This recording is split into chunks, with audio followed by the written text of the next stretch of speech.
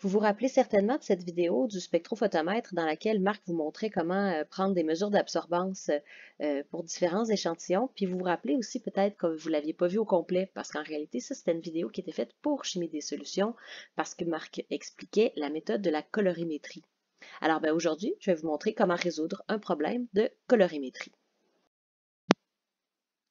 La colorimétrie, c'est une méthode qui sert à déterminer la concentration d'une solution, mais cette solution-là, elle doit être colorée. C'est pour ça qu'on dit colorimétrie, donc la solution doit être colorée. Une solution colorée, comme dans l'exemple ici, dans une cuvette à spectrophotomètre, quand la lumière la traverse, il y a seulement une partie de la lumière qui était incidente qui va se trouver à être transmise.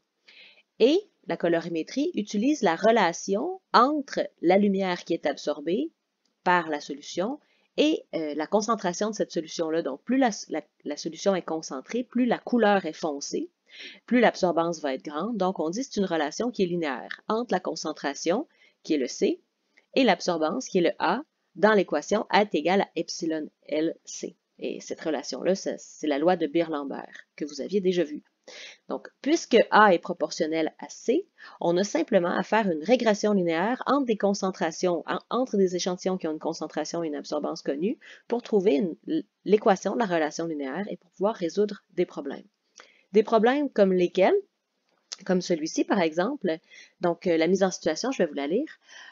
On analyse un échantillon d'une solution de Fe3 plus de concentration inconnue. Alors voilà, ici, c'est vraiment un problème de dosage, donc de détermination d'une concentration inconnue. Pour déterminer sa concentration, on procède à un dosage par colorimétrie. Voilà. On prépare une courbe d'étalonnage constituée de 5 échantillons étalons. Les échantillons étalons, eux, ils sont de concentration connue. Puis on les voit ici dans le tableau, 5 étalons.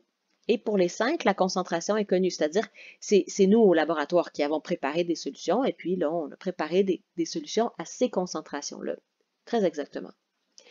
Les données d'absorbance de ces échantillons sont présentées dans le tableau. Alors, c'est les données qu'on a recueillies pendant l'expérience. Alors, on a fait les concentrations, nos solutions, on les a préparées, puis ensuite, on a mesuré l'absorbance de chacun de ces échantillons-là. Ensuite, on est allé mesurer l'absorbance de l'échantillon de concentration inconnue. Là. On a mesuré son absorbance et son absorbance est 0,717. Alors, remarquez deux choses. D'abord, il semble y avoir effectivement une relation de proportionnalité entre la concentration et l'absorbance. Plus la concentration augmente, plus l'absorbance augmente. Et la deuxième chose que je veux que vous remarquiez aussi, c'est que l'absorbance ici de l'échantillon inconnu est à 0,717. Donc, on se trouvera à être probablement là, à une concentration entre 0,030 et 0,040, n'est-ce pas? Parce que c'est à peu près entre ces deux valeurs d'absorbance-là que notre échantillon inconnu se trouve. La question du problème, quelle est la concentration de l'échantillon de solution de fer de concentration inconnue? Donc, bien sûr, on cherche la concentration quand on connaît l'absorbance. Puisque la relation est linéaire, on fait une régression linéaire dans Excel. Alors, voici comment on procède.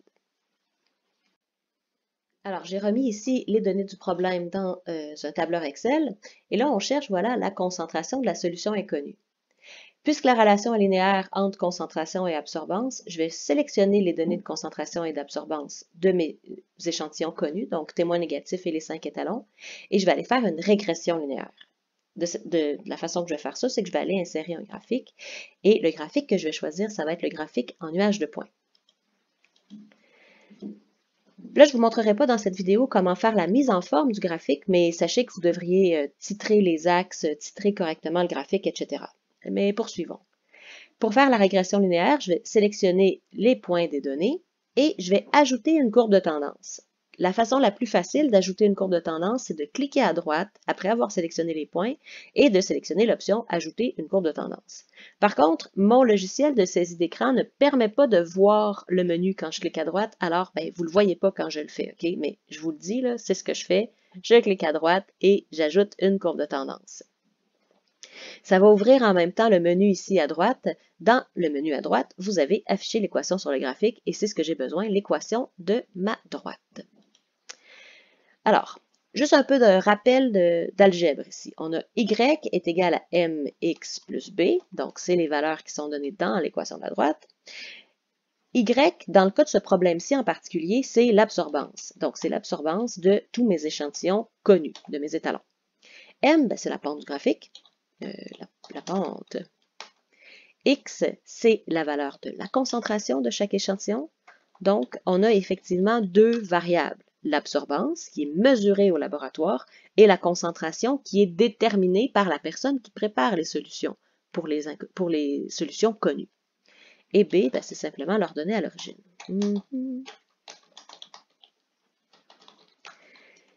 Comment ça se traduit ça pour notre inconnu? Donc, pour l'inconnu, Y, c'est la seule valeur que je connaissais. C'était sa valeur d'absorbance. Donc, 0,717, c'est sa valeur d'absorbance. La pente, ben, c'est la pente du graphique. X, ben, c'est ce que je cherche. Donc, c'est ce que je vais devoir isoler dans l'équation du graphique. B, c'est leur donné à l'origine. Ça, c'est pas une variable. 0,0089. Alors, il suffit d'isoler X pour cet échantillon-là et ça nous permet de trouver sa concentration. Alors, j'ai l'équation de mon graphique ici. Je vais isoler X. Alors, X est égal à Y moins 0,0089 divisé par 20,246. Et là, pour mon inconnu, je cherche le X et le Y est égal à 0,717. 0,0089 divisé par 20,246. Je résous pour X. Après calcul, ça me donne 0,0349748, blablabla. Bla. Bien sûr, je vais devoir l'arrondir avec le bon nombre de chiffres significatifs ici, qui va être à deux chiffres significatifs. 0,035. Et puis là, ben, on peut vérifier, là, c'est effectivement entre 0,30 et 0,40 parce que ma concentration était entre 0,500, mon absorbance, pardon, entre 0,589 et 0,821. Donc, j'exprime ma réponse. La concentration en fer de l'inconnu, est égale à 0,035 mol par litre.